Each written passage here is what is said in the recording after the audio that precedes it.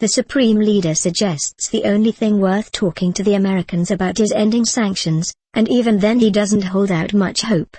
In a speech to diplomats from around the world, Iran's Supreme Leader Ayatollah Ali Khamenei said Wednesday that he firmly believes further negotiations with the United States should not go ahead.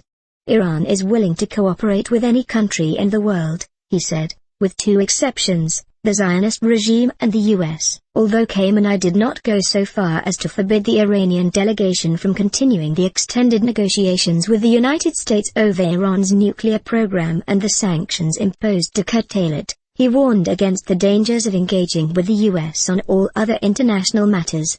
The remarks directly undermine the broader position of Iranian President Hassan Rouhani. Khamenei said that negotiations with America had been useless.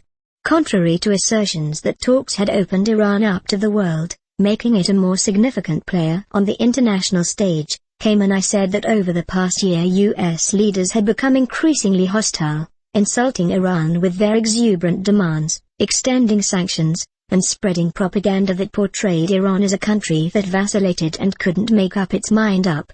The message was a firm one for the West, but it also let Iran's influential hardliner politicians and clergy know that Khamenei had not forgotten their position. President Rouhani, of course, has led the call for increased engagement with the U.S. and the West.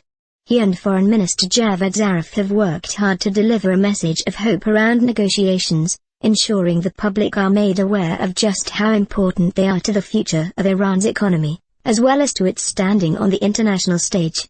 Zarif was photographed looking glum in the meeting with diplomats at the leader's compound in central Tehran.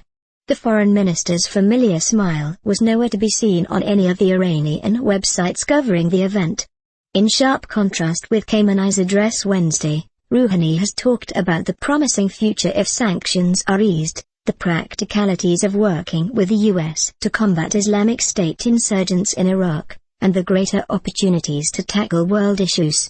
It's not only the nuclear program that the world needs to talk about, Rouhani's camp suggests. Last year's historic phone call between Rouhani and U.S. President Barack Obama was a symbol Western media, and Rouhani, gladly embraced. Rouhani has even sought out public opinion within Iran. Earlier this year he commissioned a poll to identify just what the ordinary Iranian public thought about increased contact with the West. Perhaps tellingly, because many Iranians are thought to favor an opening, the poll never happened.